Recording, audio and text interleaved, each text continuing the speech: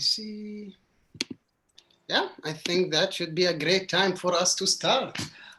So thank you everyone for being here, and special thanks for the folks that joined a bit earlier. Something about joining Zoom calls early that reminds me of pre-COVID-19 era. So thank you for that sweet reminder. And we are here in this room to talk about a very important resolution. And yeah, thank you for joining this town hall, Move the Money town hall. The Pentagon is stealing from our communities. We are very honored and proud to have the speakers that we do. And Resolution 747A is basically a New York City resolution that calls on the federal government and its legislators to move significant funds away from the military budget to fund human needs and services, and that in-depth public hearings are conducted on the dollar amounts that the city needs, but that get diverted to the Pentagon. So we have a very extremely important town hall to learn what the resolution is about more in depth, and how we can push it and make it a reality. The significance of this resolution, that for the first time on record, we will have, if it gets passed, we will have on record this demand. And that is a big step forward. So yeah, without further ado, I am very honored to introduce our prime sponsor, Odenis Rodriguez, who's a longtime city council member from Council District 10, representing Inwood and Washington Heights. He's the chair of the council's transportation committee and has fought for public transit reforms, safer bicycling access, and fair regulation of motorized bikes here in the city. He's currently the prime sponsor of the council resolution that would grant immigrants with working papers the right to vote in all municipal elections. We are proud to say he's the prime sponsor of our Move the Money Resolution 747A, first introduced at a City Hall rally in 2019. Since that time, and before COVID-19 set in, the resolution now has 17 co-sponsors, 1/3 of the current city council. We welcome Councilmember Rodriguez's comments this evening. The floor is all yours.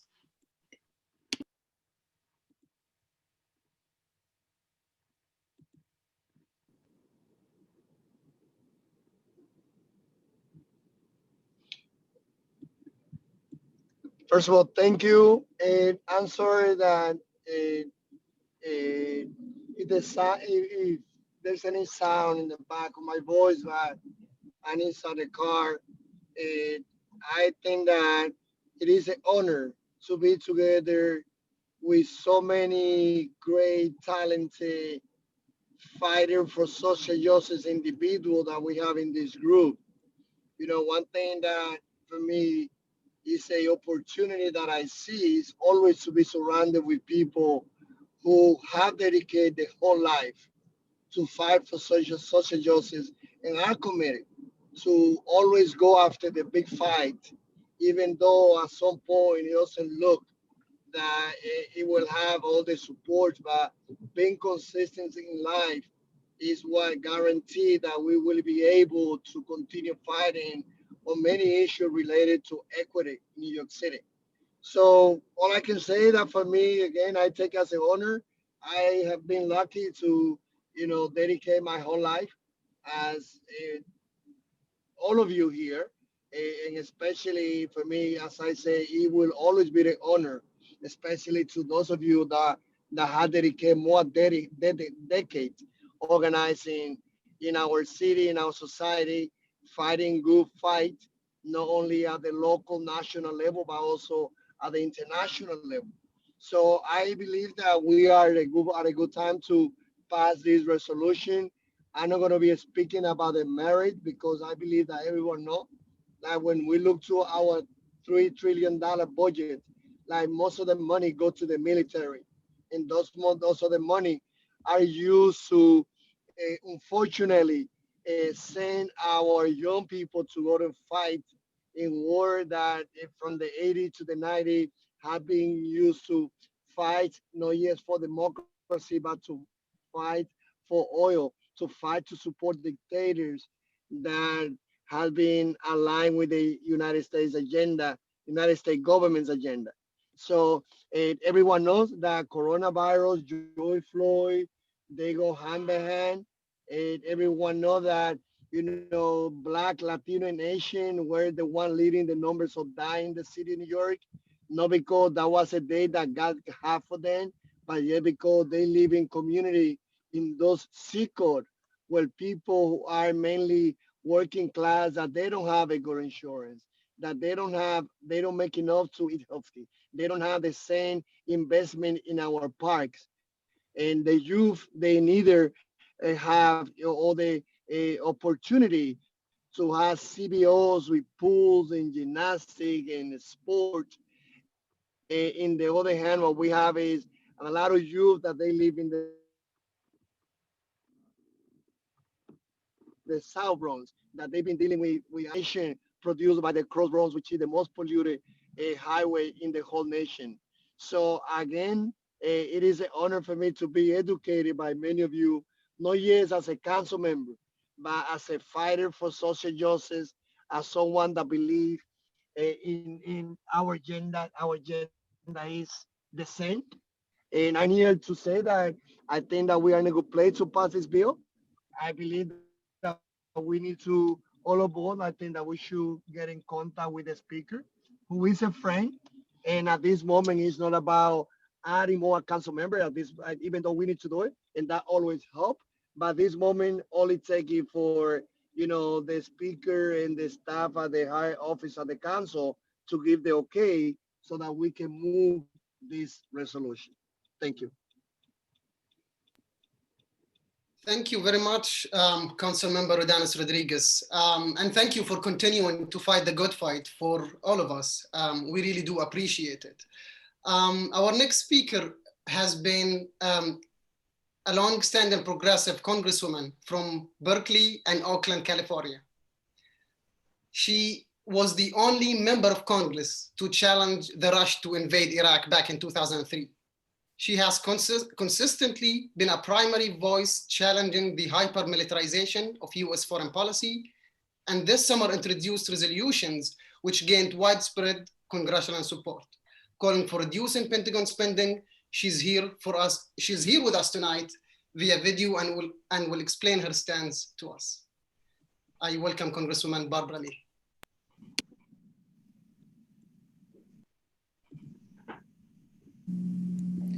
Hello, I am Congresswoman Barbara Lee, and I proudly represent California's beautiful 13th Congressional District, which includes Oakland and Berkeley. Thank you to Peace Action New York State for inviting me to speak with you all today.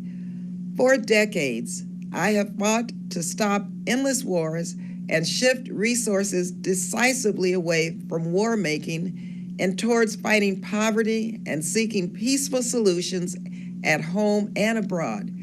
As we fight back a global pandemic and economic crisis, it's more important now than ever to stop putting military spending over the needs of people.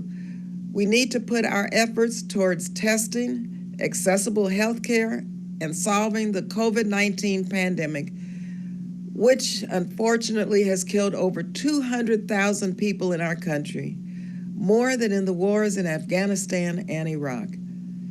Since the beginning, the Trump administration's defense spending has increased almost 20% in 3 years and now represents more than half of all federal discretionary spending. I joined my colleagues in the House and Senate to propose a 10% cut from this year's National Defense Authorization Act with the intent for it to be used toward human needs at home and abroad. This proposal would take only $74 billion in annual savings from the Pentagon to create a domestic federal grant program to fund health care, housing, child care, and educational opportunities for cities and towns and rural communities experiencing a poverty rate of 25% or more. This amendment is a start, but I think we should go even further to really shift the balance of our federal spending decisively away from war and towards peace. That's why I introduced HRES 1003, which itemizes a total of $350 billion in cuts we can make to the bloated Pentagon budget and redirect towards human needs. It's time to stop wasting money on outdated and useless weapons and reinvest in the quality of life issues for our country and for those throughout the world. But the real key to resettling and resetting our national priorities is bringing an end to endless wars. And yes, 19 years ago, I cast a lone vote against the authorization for the use of military force following the tragic attacks on 9/11. In the subsequent 2 decades, we have seen how these wars have warped our budget, our society, and our values to the point where peaceful protesters in our own communities find themselves subjected to weapons of war in the streets. I won't quit until we end these wars. This summer, I managed to get amendments included into the fiscal year 21 Defense Appropriations Bill, which would end the 2001 and 2002 authorization to use military forces, better known as AUMFs. This bill was passed by the House in July with this included in the bill. I need your help to get as many members of Congress to sign up now to end these wars by co-sponsoring H.R. 1279 and H.R. 2456. My friends, I believe we are very close to bringing this era of war to a close. Thank you for your energy and activism. If we stay focused and committed, we can put people first and stop these endless wars. Thank you again, and yes, please stay in the fight.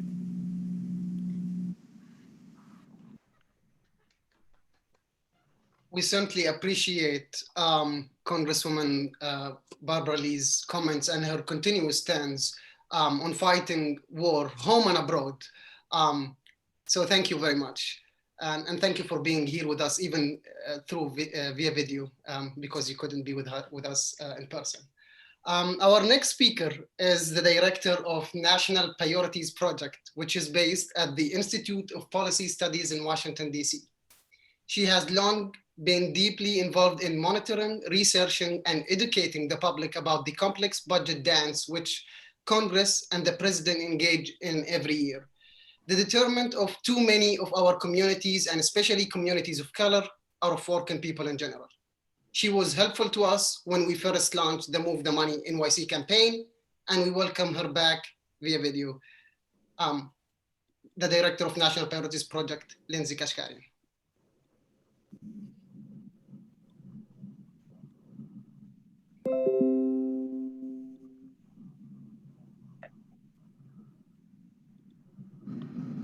I'm Lindsay Koshgarian, Program Director of the National Priorities Project at the Institute for Policy Studies.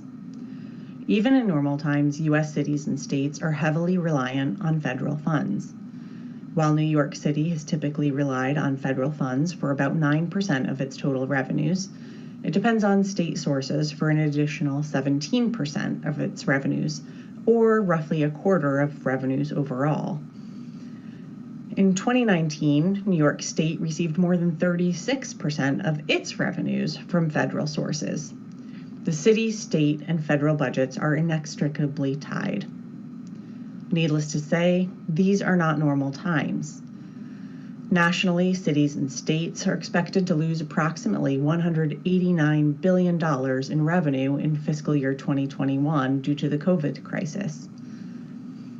The City of New York has taken steps to increase revenues and cut costs, but if even more severe cuts are to be avoided, federal assistance must be a part of the solution. With much of the aid provided by the CARES Act expended or expired, no new aid package is immediately forthcoming. And yet, there has been far too little debate on the nearly $750 billion that the United States spends each year on the Pentagon. In fiscal year 2021, New York City taxpayers alone will contribute more than $29 billion toward the $740 billion military budget, unless Congress acts to limit this spending. This includes $14 billion for military contractors and an estimated $2.7 billion for forever wars, paid by New York City taxpayers alone. These expenditures do not make the people of New York safer. In addition to the desperate need for relief from the COVID crisis, the United States discretionary budget directly supports many of the programs that support New York residents, including Title I aid to public schools, the Child Care and Development Block Grant, and housing programs like Section 8, public housing, and homeless assistance grants. This summer, the House and Senate voted on a proposal to cut the Pentagon budget by 10% and redirect the savings to human needs. A 10% cut could return as much as $2.8 billion to the city of New York every year. That would be enough to fund weekly $600 in unemployment checks for 370,000 New Yorkers. In the midst of ongoing shortages of personal protective equipment, a cut of just 1% could return as much as $290 million to New York City, enough to buy 85 million N95 protective masks. That would be enough for medical workers to use the masks as intended, replacing the mask after each use, through 2 additional COVID surges as big or bigger than the first. As the pandemic ends and life returns to normal, a 1% Pentagon cut would be enough to fund 39,000 additional childcare vouchers. A 10% cut to the Pentagon would be enough to fund job placements for 390,000 unemployed workers, more than half of the currently unemployed workforce. We can cut military spending without compromising our security. A Washington Post investigation uncovered a Pentagon report that identified $125 billion in wasteful Pentagon spending over 5 years. The Pentagon buried the report and made no effort to address the wasteful spending. Proposals put forth by security and budget experts have called for a 15% reduction in service contracting. And the United States still spends $70 billion per year on forever wars. Since 2001, New York City taxpayers have contributed more than $206 billion to the cost of wars in Iraq, Afghanistan, Syria, and elsewhere. These are not the priorities of most Americans, and yet our political system continues to yield more military spending that does not make us safer. These same investments made in our communities would lead to increased safety, prosperity, and economic security. Thank you.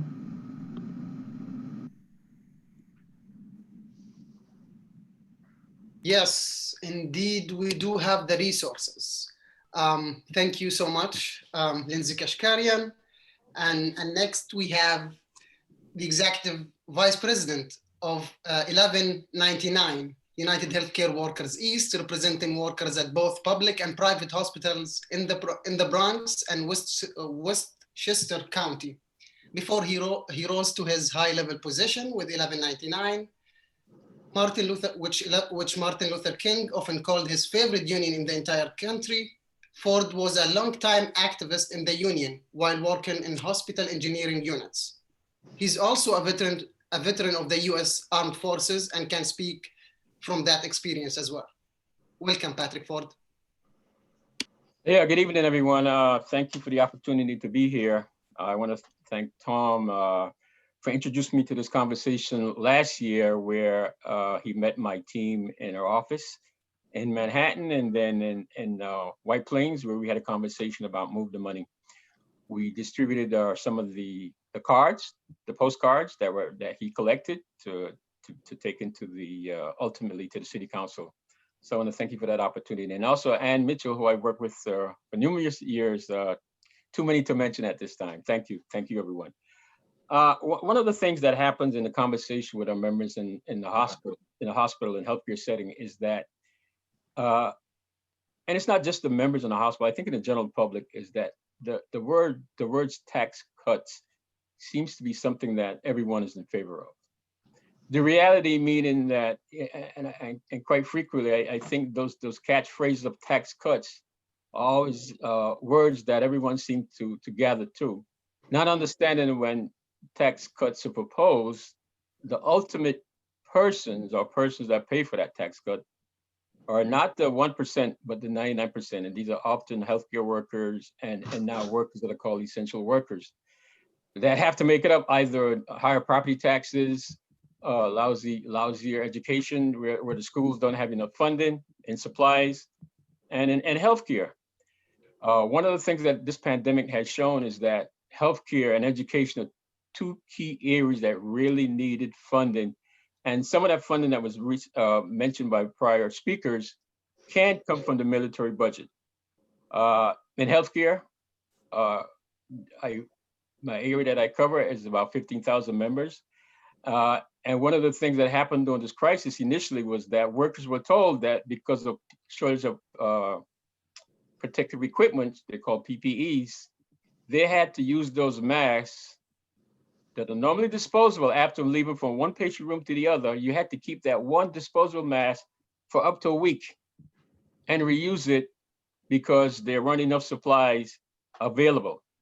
Now, if you can have over $700 billion in the Pentagon budget, I would think that you should be able to supply healthcare workers with proper PPEs to be able to help take care of all the sick and slow this pandemic that has now become a national crisis.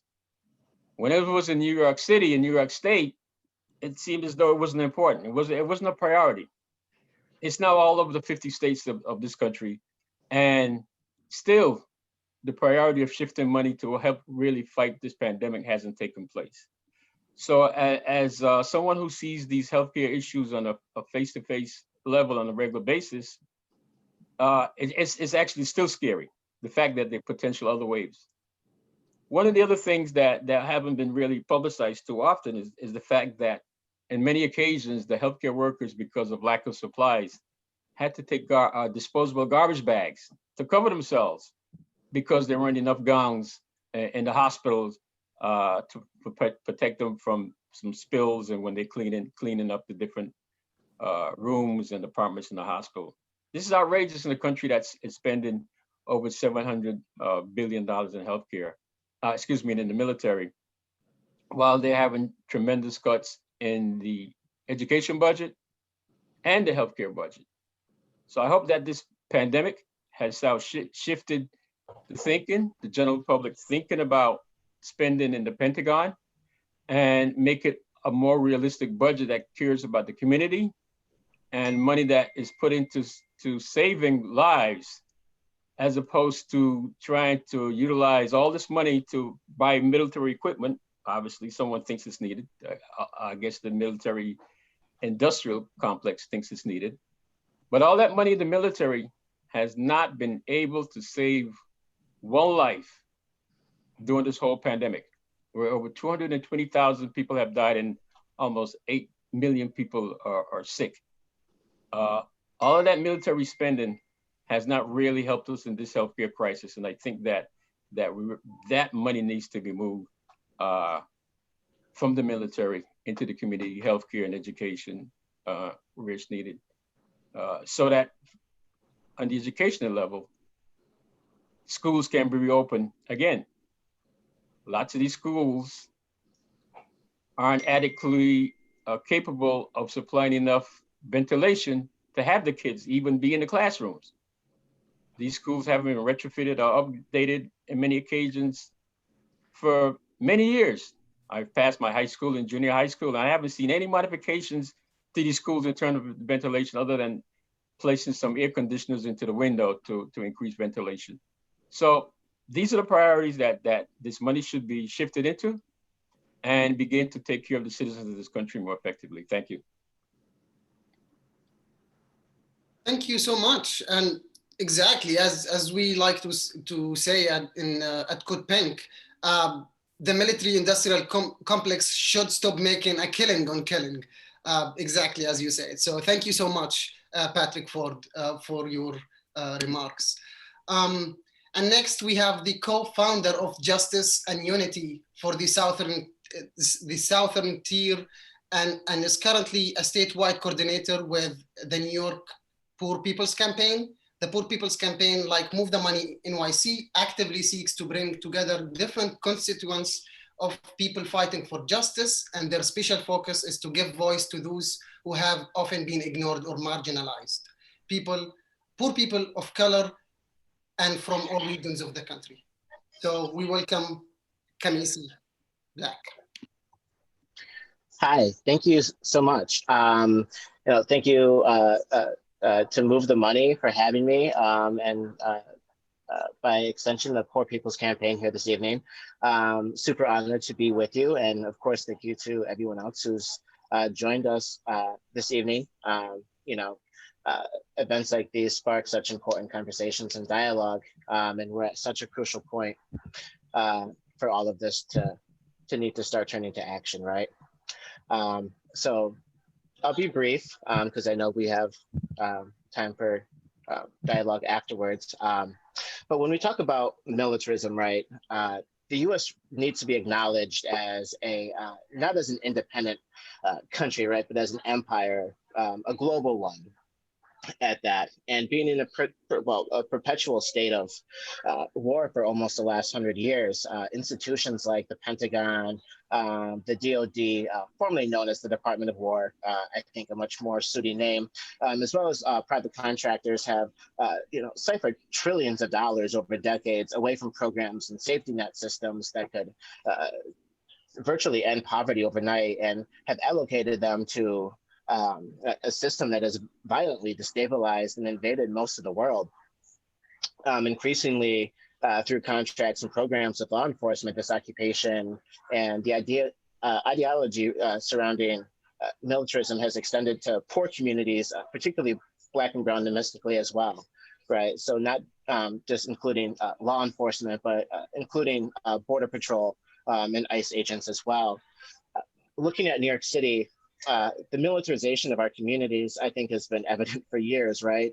But it's more tangible for folks here now than ever, particularly because of the uprisings and the sheer amount of resources it takes, not only to maintain the occupation of New York, but the resources extracted out of our communities to fund this is abhorrent. And the resources, including our people, right? Those who end up having to fight and die in endless wars for a few points of stock bonus for the shareholders. I think it's important to understand too that, just the NYPD alone, that the spending in the billions accounts to, could be easily, the 35th largest military in the world, right? If just under Mexico, our communities have really always been under attack, but I think at the intersections of the global pandemic, historic unemployment, and the depression, among other things, have created an unparalleled emergency. And it's so important to understand that this scarcity, like Lindsay said before me, is a farce, right? The money has always been there. Just talking about military spending, based on the Poor People's Campaign More budget and our Jubilee platform, we have, figured out, we could save as much as like $350 billion a year by cutting current Pentagon spending, which goes to fighting endless wars, maintaining, 800 military bases across the world, subsidizing the for-profit defense contractors. And on top of this, mass incarceration, right, which is the outward-facing militarization of our communities, ending that could, reduce or add or reallocate another almost $200 billion a year that goes to funding everything from the courts to ICE to police, law enforcement, and the militarization that's happening there, right? Even just a 25% reduction in that spending on mass incarceration could fund I think a $44 billion a year investment in a housing trust fund to build, maintain, and preserve affordable homes across the country, right? Imagine what that can do for New York City, right? So I guess I'll kind of start like wrapping things up, but I want to reinforce that this has nothing to do with scarcity and everything with defunding the military and by extension police, reallocation of these funds to programs that actually serve our communities. There are among many crises that we're facing, two that stick out in particular, which is housing and healthcare. Again, in New York City, there was pre-COVID close to 100,000 people experiencing homelessness on some sort of level, right?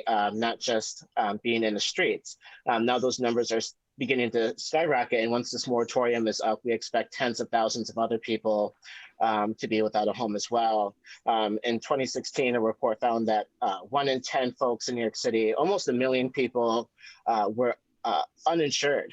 And of course, because of the fact that many people's health insurance was tied to employment, now that they've lost the employment, they've lost health insurance as well. And while we're doing this, we are still, continuing to fund endless wars and the bombing and killing of poor people globally. We can fix these problems right now. In New York City, there's 4 vacant apartments or buildings for every homeless person.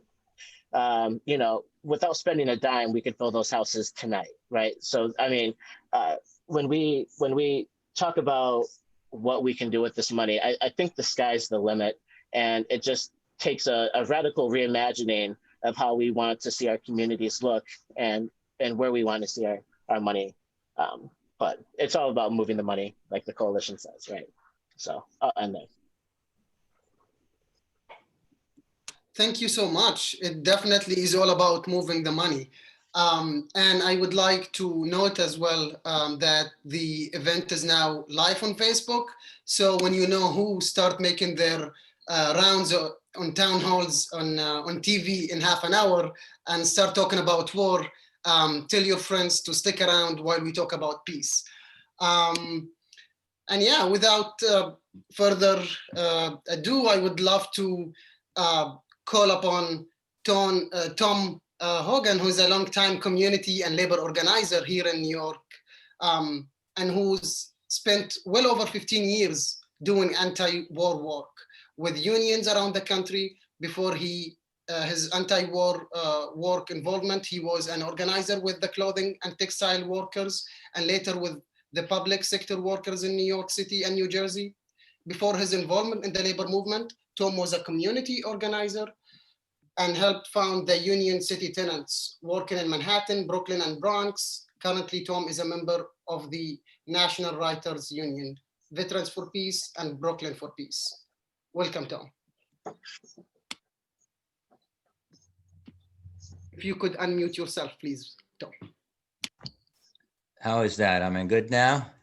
Thanks, Yousef.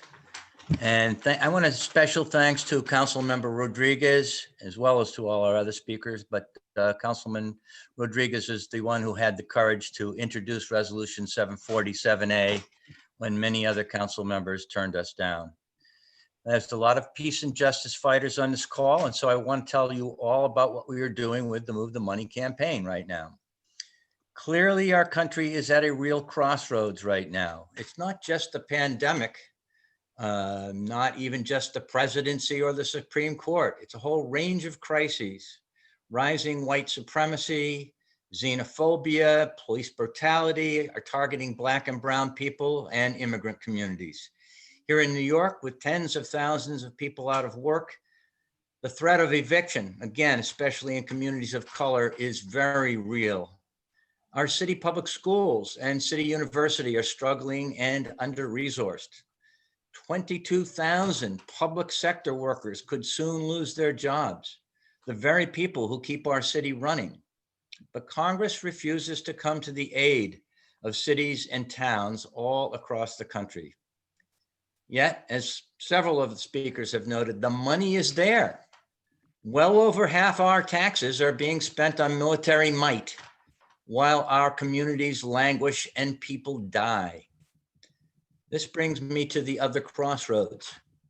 Will the USA continue to spend all that money for so-called defense when there's no major threat to this country?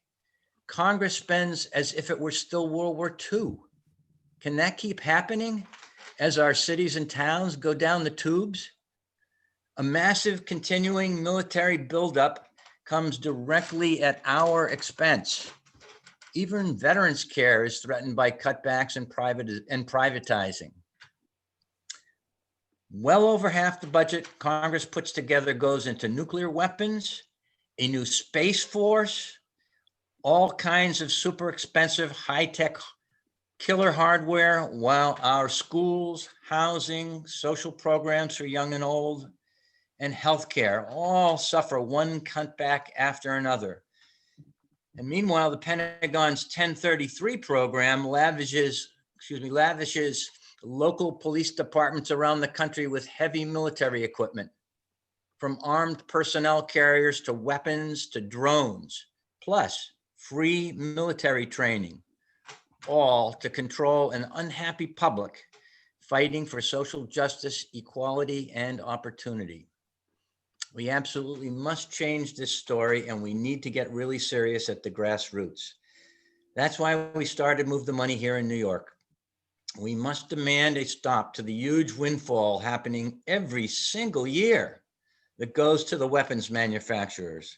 We certainly don't need more boondoggles on jets that don't fly, like the F-35, or ships that don't float, and wars and invasions. Those things fail to provide real security to our people. Instead, they mainly serve the interests of the big corporations that feel it's their right to own and run the world. War profiteers like Lockheed Martin, Boeing, and General Dynamics are the big winners. We, our neighbors and fellow workers, and literally millions of people in those countries where the wars and invasions get fought, are the big losers. It's like a mega lottery that the military-industrial complex wins every time. We, the people, need to organize and insist, game over. So we started this campaign basically from scratch. We know most people don't think about how wars hurt our communities, but the U.S. Conference of Mayors itself urged us in 2017 to speak up and do something. So with a big push from organizations like the Queen's Peace Council, Veterans for Peace, Brooklyn for Peace, and Peace Action New York, we started. But we didn't stop at peace groups. We've now attracted support from about 60 organizations around the city, housing and environmental groups, labor unions, political clubs, community organizations, and faith-based groups. We hope for many more with your help. In the months from when we first really got rolling last year until COVID hit hard in early March, we had convinced 1/3 of city council members to sign on as co-sponsors to Resolution 747A. We physically collected postcards, over 3,000 of them signed by city residents in nearly every council district. It was a great start. Then COVID hit.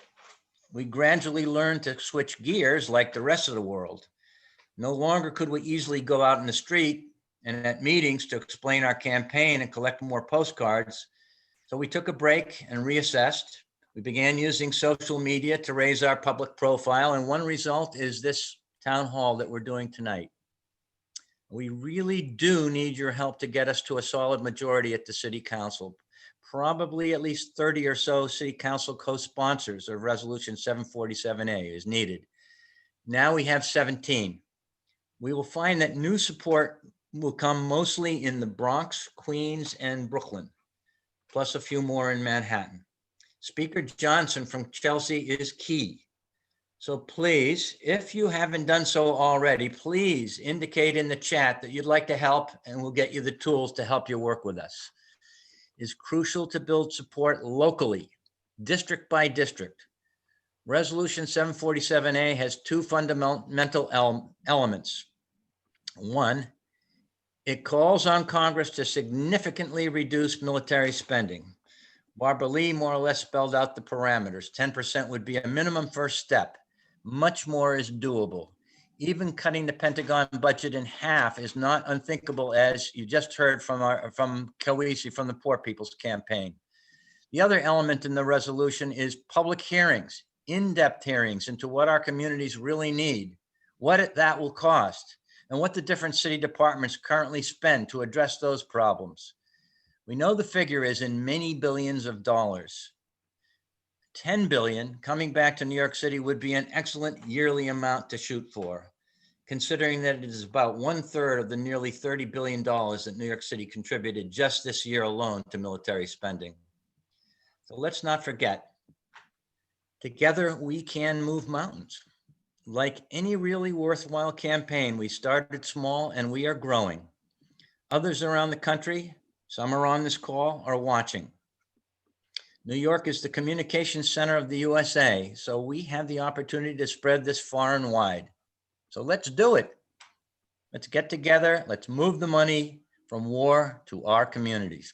Thank you.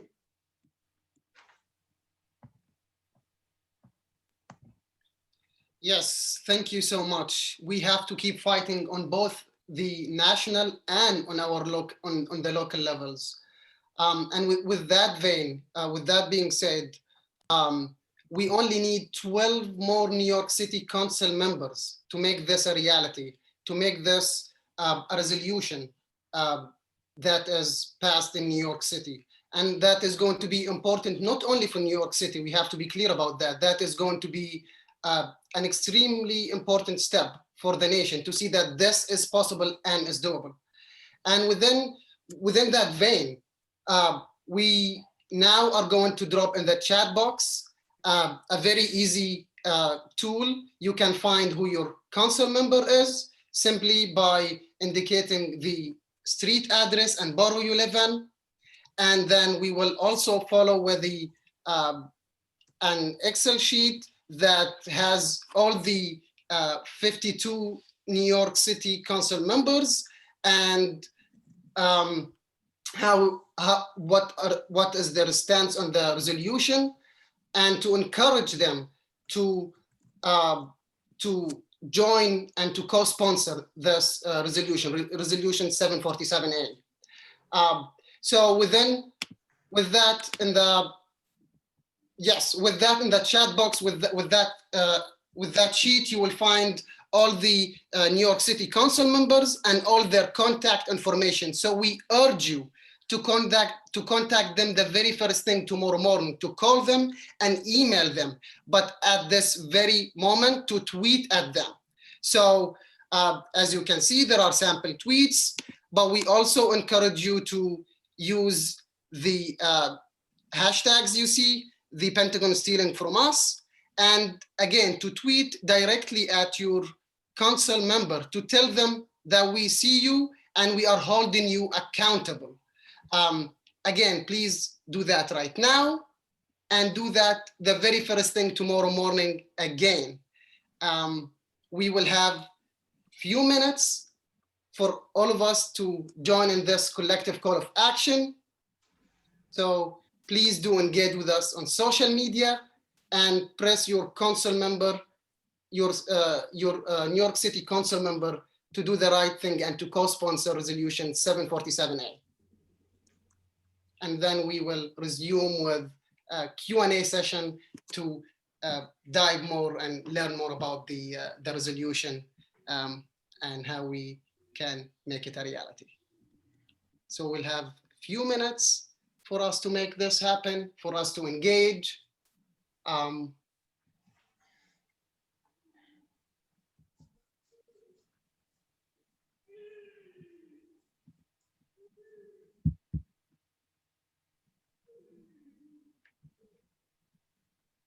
We see that there are a lot of questions that are coming in already, and thank you so much. Please keep them coming. In just 5 minutes, we will start addressing those questions. But for now, please keep tweeting at your council members.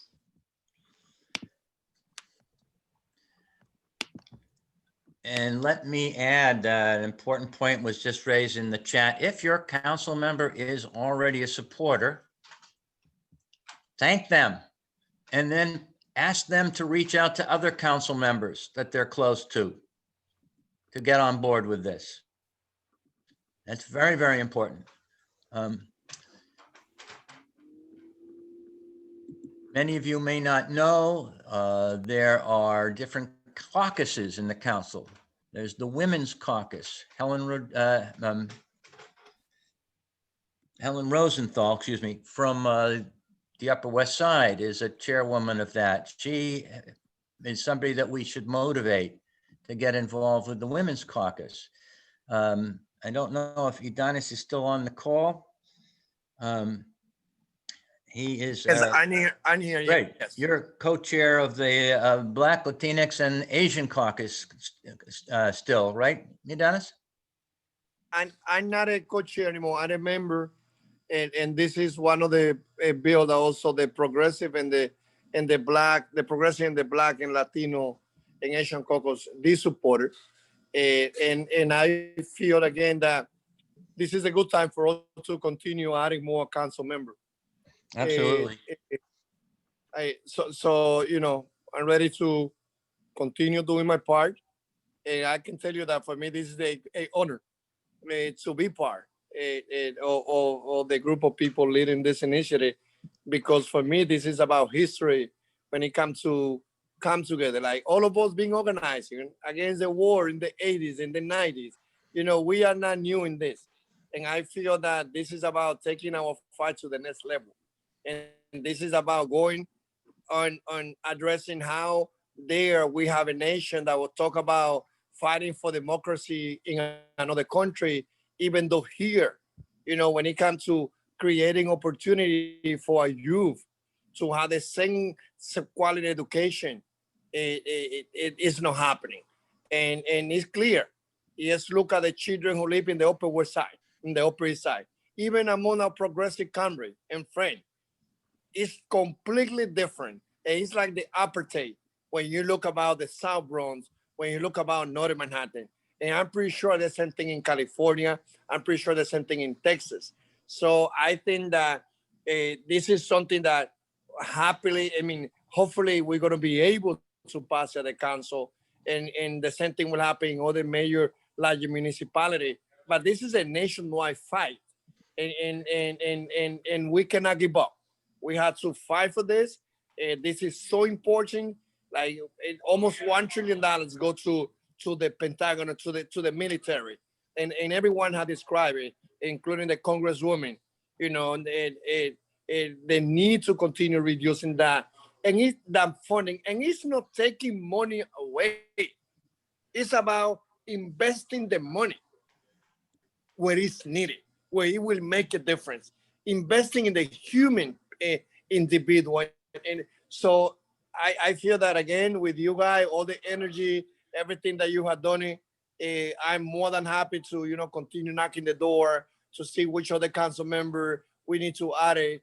They need to also talk to the speaker to see how soon we can pass this resolution. But this is something that we have to do. It doesn't make sense that we are giving money to the private sector, connected as a private contractor to the Army, to the Navy, in other places, when we are not funding our schools, when we are not providing a free health care to our resident of this nation. So again, like it's like the right fight. And I'm going to take the opportunity to point out that the Bronx is an area where we need a lot of help. And I'm also want to kind of raise this with Brother Forde. There's so many of his members and at 1199 live in the Bronx. I just read yesterday that Bronx has by far the highest unemployment rate in the city. And of course, we're well aware, I think most people are well aware, there's so many crucial issues, as Patrick indicated earlier, the healthcare needs, the education needs, and others have talked about the housing needs and so on. We need a lot more support coming out of the Bronx council members. We also need to get to the, I'll call it the outer reaches of Brooklyn and Queens. And unions can certainly play a huge role in helping us out. And I really hope that both Councilmember Rodriguez and 1199 will invest After November 3rd, I'm well aware of what's happening up until November 3rd, but afterwards, so we've got to push really hard in November to bring council members on board with this. Everybody's going to be living in suspended, whatever, animation or something, wondering who, you know, who's the winner of the presidential sweepstakes. But in the meantime, we've got a job to do right here on the ground. Yes, indeed we do. And thank you again, Council Member Rodriguez. And I am aware now that we might have, everyone might be having trouble with Twitter. There seemed to be a glitch there. Do not worry, please. I just posted in the chat box, movethemoney.nyc@gmail.com. Please connect with us and we will give you the tools and the toolkit to continue pressing for this resolution to be a reality. Again, we only need 12 more council members, and we really urge you to make this a reality, because it is a life or death matter to all of us, and needless to say, especially under COVID-19. And with that, I would now open the floor for questions and comments. And I actually received a few questions earlier, so I'll just ask this, and any of the speakers, if they would like to address it, please raise your hand, and I will give you the mic. And for questions, please use the raise the hand button to put them. But yeah, I will go with one of the questions that I already have from folks. So this question goes: your resolution 747A calls for a public hearing. Why is a public hearing? Why a public hearing? Who would testify at such a public hearing? Who would like to address this question? I can kind of tackle it as well. Khamesi? I mean, sure. I mean, why a public hearing? Well, and who would testify? Well, what I think is important is that you know, the electoral system is supposed to work, quote unquote, right, by you know, the demand of the people in mass, right? So when you pack city council hearings, or in the case of COVID, you know, you fill the Zoom conference and you force the council members to listen to, however, you know, sometimes we have managed to force like 3 hours of public comment. It reinforces that this is the will of the people and reminds them that this is why you're here, right? We put you here, and it's our will that this is what you do, right? In terms of who would testify, you know, one thing, you know, we talk about in the Poor People's Campaign is, you know, our principles are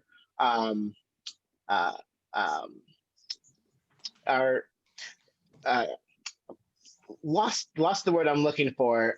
Pillars. There we go.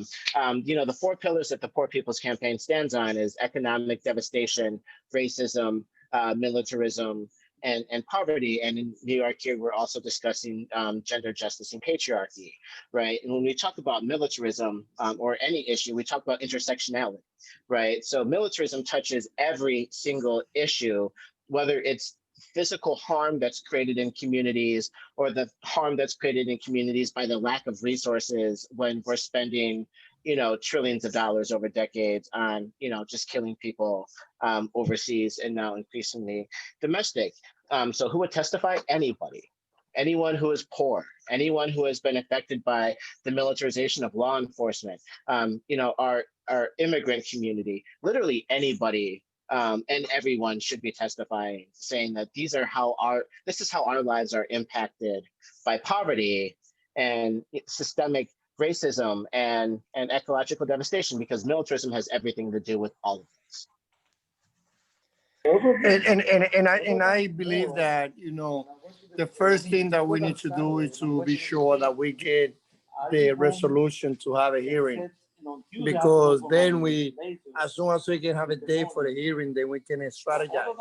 Yes, imagine that we can get, let's say, 2,000 people committed to take their 2 minutes, which is the usual time that someone take to give the public opinion. And the good thing is about, and we need right now, so far, all the hearings are taken through Zoom. So anyone, let's assume that we can get a congresswoman, that we can get all the national leaders, that we can get members of the grassroots movement, members of the Black Lives Matter, anyone here. I think that as soon as we can get a day for the hearing for the resolution, then I feel that it's going to be an important platform that we should definitely plan to have as many people as possible to put themselves on the line to testify. Thank you so much. Yes, indeed. From the comfort of your couch, you can literally let your Congress or council member, sorry, your congressperson as well. But at this, for the purposes of this town hall, you can definitely let them know how you feel. And again, we cannot stress enough on making them accountable. This is what a democracy is, right? So let's act like it. And yeah, please keep the questions coming. I have another question here that I will read out. And again, I encourage folks to use the raise hand option so we can go in order. But I will read this question that I received, which is underlying the Move the Money MTM campaign is the idea that a city council can challenge the spending priorities of Congress. Why do you think that? So basically, someone is asking that a city council could change the Congress's priorities. Anyone can address this question. I'd like to take a crack at it. Please do. It's not that a given city council is going to change Congress's priorities, but it is that we need our city council members who are closest to the community to speak up and really build that fire from below. That our Congress people really need to know that the people at the grassroots have their back. Congress members in general, with very few exceptions, one of which is Barbara Lee, are not really talking about this. It's almost a taboo subject in Congress. Let's be very, very clear. It's been very bipartisan. These giant military budgets get passed by both Republicans and Democrats. So if anybody, make no mistake about that. So we have a congressional delegation in New York that usually votes against the increases, but nobody so far in New York is seriously talking about, no, we've got to downsize the Pentagon, or some people would call it defund. But I think most people, when they say defund, they're talking about seriously downsizing. I think the Poor People's Campaign has set one of the parameters. If I'm not mistaken, Khamesi can correct me. I think it's around 350 billion in their position paper from 2 years ago. And that was when the budget was 700 billion, but now it's 740 billion. So do the math. It's even more. And then 10 billion would just be it would be a step. Surely, definitely not enough. But we have got to build up the grassroots. What we're trying to do is really build up broad-based grassroots opposition from all corners of the grassroots. That's workers in their unions. It's unemployed workers. It's poor people. It's Black people. It's brown people. It's immigrants. It's everybody who lives here is suffering in one way or another. There isn't one person in this, even among whites. You can't get around the city anymore safely. And the subways are kind of a scary trip for a lot of people. And guess what? The people who put themselves on the line, they're not the privileged folks that are, in the among the white upper middle class. It's working class black and brown people mainly, and that's outrageous that situation exists at all. I'll shut up. Yeah, and I'm gonna add something to that, and after that, I'm gonna apologize. I had to stay proud to get into another call. But Evelyn Collado, who is the legislative person in my office, she's also in the group right now.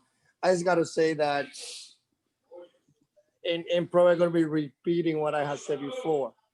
I feel that in many areas where we would take it for granted, if you live in a middle class, wealthy community, and I can say, to all my good white progressive, most of you live in those areas. If you live in those areas, children in the Upper West Side, in the Upper East Side, they've been born and raised having access to technology, to computer, to robotic, to PEC officers in the park. Like Central Park has 250 PEC officers, and Park in Northern Manhattan from 96 to inward only have 15. So I feel that this is a matter of social class. This is about, we have public school, and it's so, interesting. You hear someone who say, well, my children go to this public school, but if you go to the public school at 96 and West End, and your grandfather went there, and he's a lawyer, and your father went there, and he's a doctor, and your children is going there too. Well, you're going to a public school or the rich and the middle and upper class. So those resources that children have in those neighborhoods can never be compared to what is going on in the public school or the poor, in the Asian, Black, and Latino underserved community. And I feel that when we look about, especially at this time, we never thought, first of all, that we will be dealing with this epidemic in our time, but neither everyone thought that we're going to be living after the Occupy Wall Street, the Black Lives Matter, in a peaceful, larger movement in the whole nation. And I think that's what we have in our side. I think that we need to understand, yes, I agree with you. This is a tough fight. This is not a fight only against Republicans. This is about our brothers and sisters in the Democratic Party who have been building this military machine, who they will continue defending that in order for the United States to be a superpower nation, basically to impose our agenda, we cannot reduce. And I think that, when we look on how during the time of technology, how you guys, the new millennium, are able to organize, to move people faster, not only on geographically, having someone from California organizing the issue that is going on in New York City. But also now we can see more white young people saying, I want to embrace the agenda of the Black person. Someone who is straight saying, I also want to defend someone who is LGBTQ. So I think that, because of all those factors, I see that now we can persuade, it's not only the resolution in New York City that will make a difference. We need to continue passing resolutions, because when we pass a resolution, it's like the official position of New York City. As you already educate me, Mayor de Blasio went to the Conference of Mayors, and they voted on this resolution already.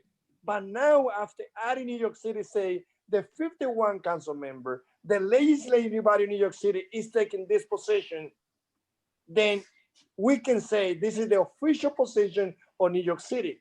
And then we need to follow through California, New Mexico, Texas, Colorado, so that we can say, what nationwide, this is what we want. So that we can reduce the leverage of our Democratic. Our fight is now under the Republican. We know where they will stand.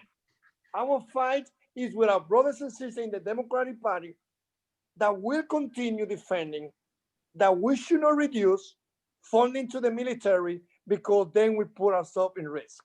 So hopefully again, we will pass the resolution, we will mobilize it, and then we need to continue doing the same thing through all municipalities in the United States. Thank you. And with that, I excuse myself and apologize for leaving before the end of the meeting. Thank you Thank you so so much. much, Council Member Dennis Rodriguez, for making time and joining us. And again, New Yorkers, you have a chance to lead the nation on doing the right thing. So please do. 12 more council members. That's all we need to make Resolution 747A a reality. And with that, I think Yousef Gorsov, if I'm not crucifying your name, and apologies if I am. Yousef Zakaria from CodePink. Oh. Very nice guy. President was resigning. I think you had a question, Yousef? Me? You had your hand raised, Yousef Gorsov? Yeah, yes. Do you hear me? Yes, please do. Please. Do you hear me? Yes. Okay. Yes, I am from your neighbor, and hello, namesake. I am from your neighbor in New Haven, Connecticut. I would like to report our experience. We have the council, the board of alders passed overwhelmingly a resolution to have move the money question on the ballot in November for New Haven. We have had it twice in the past 2 decades, similar resolutions, and they have passed with a very big majority. So this is I think important, and I'm a frequent visitor, and New Yorkers are my sisters and brothers.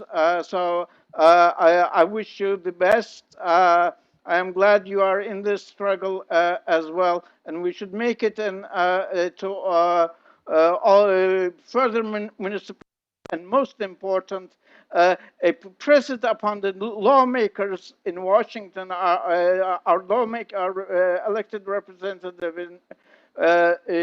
in Washington, that this is our position. This is what we want.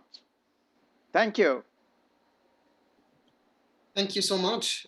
And yeah, please keep your questions coming. If you have a comment, please also. Sorry, I was muted. Yeah, please keep your questions coming. Keep your hand, raise your hand if you have a question or a comment. I'm also getting questions privately. We would love for you to please raise your hand so we can go in order, but I will put this question out there. Has this been done anywhere before? In what cities has this been done before, if so? I think that was just answered in the previous intervention, so that's amazing. Yousef just said in New Haven and spoke to that experience, so thank you so much for that. Please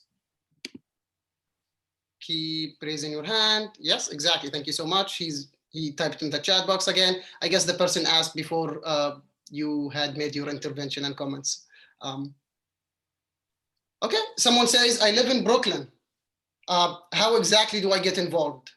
Who do I call? I see Tom raise his hand. If you want to address that, please do.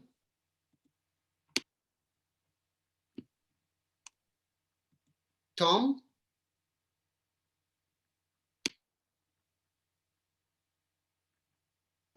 I'm having trouble unmuting. You are unmute right now. Okay, good. Two things. First of all, I wanted to say that there have been several cities that have passed move the money type resolutions. The biggest on the East Coast is Philadelphia. About 6 years ago, they passed such a resolution. They have a much smaller city council, but there were no public hearings. It kind of happened very quietly. And that's what exactly we're trying to avoid. We're trying to make sure that this gets plenty of publicity as we continue to build up our strength. And that went, by the time we get to passing a resolution, we get public hearings that will, people may not know, they're televised on, I think it's CUNY TV. We should be able to get access to the videos of any testimony that comes forward. But to go back to the other question, how can I get involved? Well, first of all, it's good if you could, somebody could put up on the screen our email address, which I am going to say very slowly: movethemoney.nyc@gmail.com. We can field your questions very easily that way if you just email us. And as Yousef said earlier, we can put tools in your hands. We need to know where you live. We'll help you figure out what district you live in if you haven't figured out how to use the Find My Council tool, which I believe somebody put up earlier. So we can help you do that. We want to try to encourage everybody here who belongs to any kind of an organization to get your organization on board. Very important. 60 organizations is a decent start, but it's a big city. We could use a lot more organizations signing on to this. I'll stop there. Thank you so much, Tom. Yeah, please keep your questions coming. Raise your hand if you have a question or a comment or an intervention you want to make. Here is a question. I have sent letters and postcard to my council member and received no response. What should I believe that his or his response would be? Why should I believe that his response would be different this time? Anyone can address this from the speakers. And I see more people are raising their hands, so we'll get to you after someone takes this question. Would anyone want to take a stab at this one?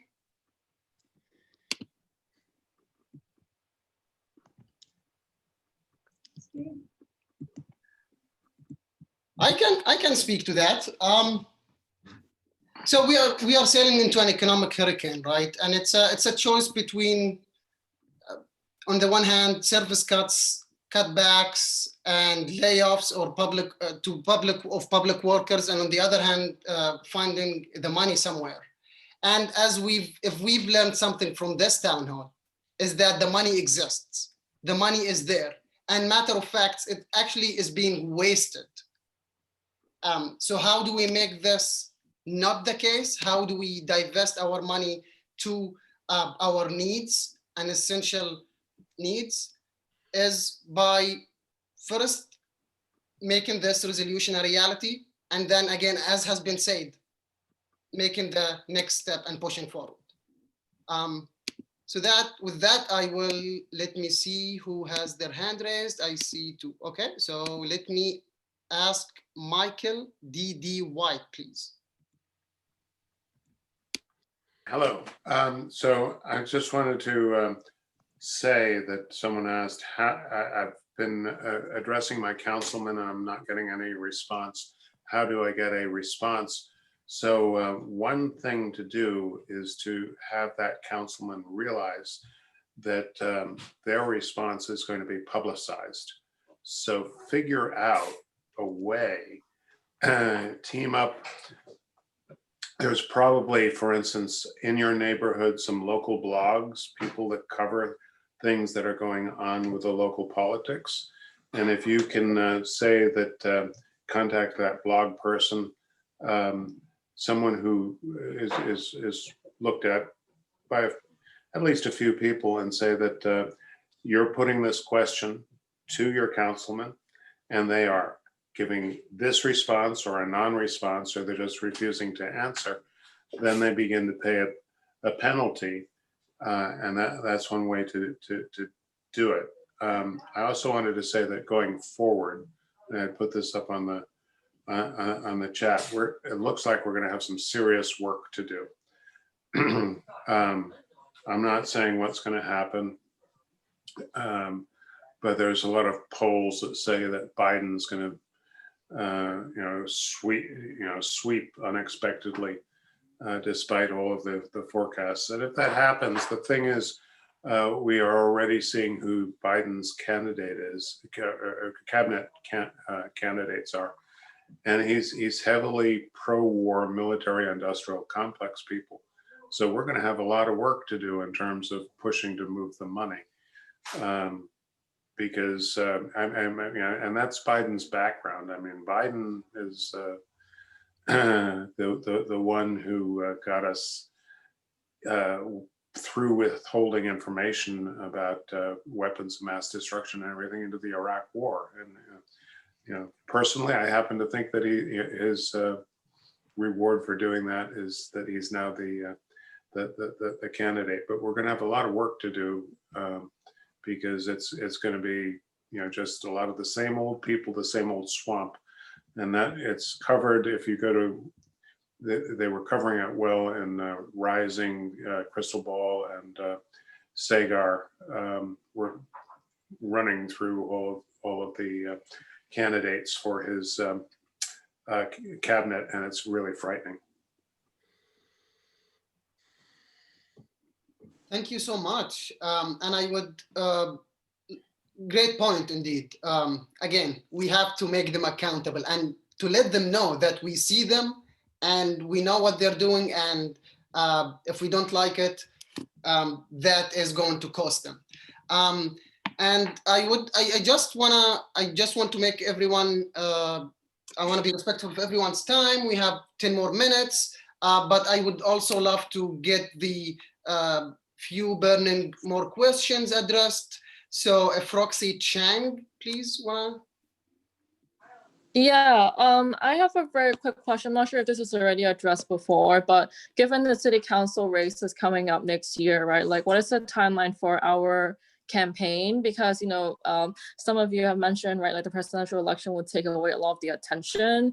And I'm actually really glad to join this call because it's my first time hearing about this resolution. And I'm a member with the New York Committee for Human Rights in the Philippines, and we're fighting for something really similar on like the congressional level, calling to cut U.S. military aid to the Philippines. And so, like we really would love to support this resolution and all these efforts, and just curious also because I'm now seeing a lot of the city council new candidates coming out, and what if we put that also on the radar, right? Like if council doesn't kind of pass this resolution in time before like they kind of phase out. I think that's a great suggestion, but who would like to maybe address the question first? I'll take a stab if nobody else wants to.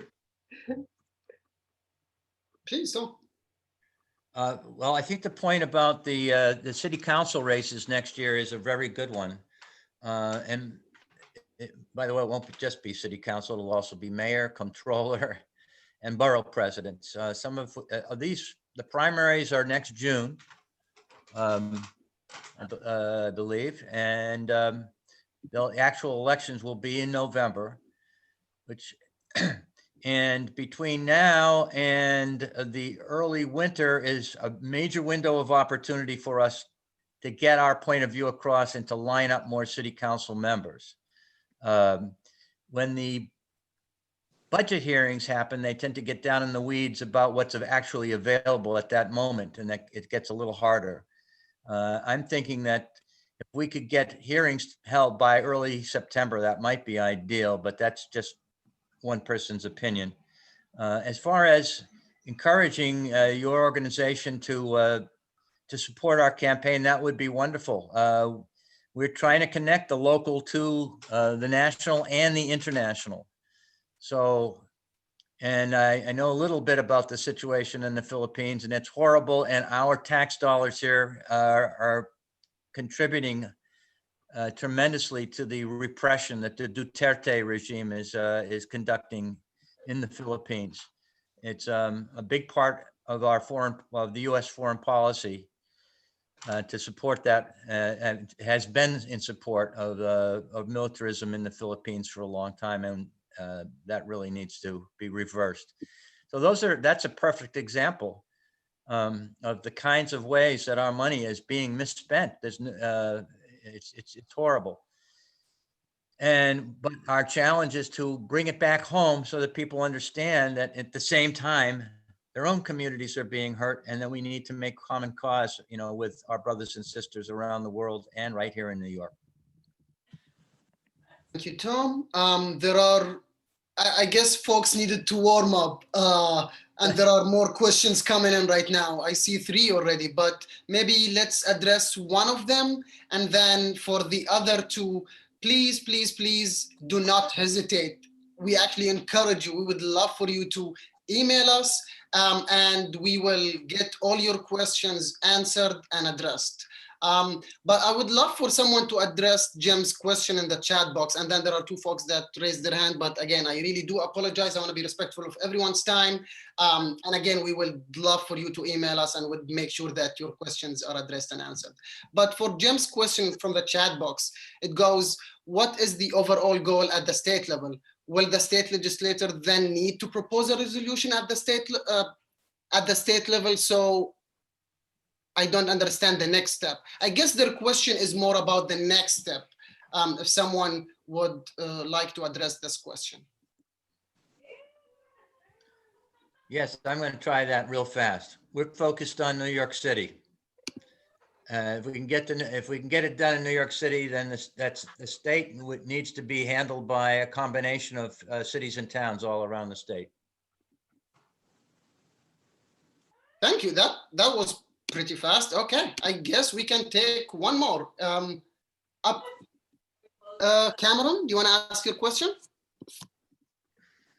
Oh, no, so I just wanted to interject on the point about the upcoming city council races, and I think that was a good point to raise. I think that definitely if there are some candidates that are running for city council seats or maybe even mayor, but definitely city council seats that are willing to take a positive position on this issue and fight, and they're running against incumbents that haven't taken a position on it or have opposed it, then I think it's definitely an opportunity to make it to make this kind of a campaign issue, at least one issue in the campaigns, and that would that could possibly take the issue one step further in terms of the consciousness of people also thinking about the elections. So that was it. Thank you so much for your important remarks and addition to the conversation, Cameron. And with that, I would love to conclude our town hall. Again, we will drop in the chat box some of the very important links. We will drop right now the resolution itself, just for you to be able to share it with folks and tell them about it, and make them join and pressure their council members, as well as I'm dropping more links in the chat box. Here is another one of how you can find your own council member. And then here is a chart that would tell you the 51 council members in New York City, and if they are a co-sponsor or not, and all their contacts. There is their emails, their phone numbers, as well as their Twitter handles. So please, please, please, please, if your council member is not a co-sponsor yet, urge them to sponsor the resolution 747A. Again, it's extremely important. It has always been a matter of life or death, but especially at this, if not now, then when is the question, right? So for all of us here in New York City, nationally and internationally, we would love for our money be divested back into our communities and its needs. And with that, I conclude this town hall, and I would love for all of you to stay connected with us. And again, if you want to have some more tools, or if you have any questions that you felt were not addressed, please do email us at movethemoney.nyc@gmail.com. And with that, have a lovely rest of your evening.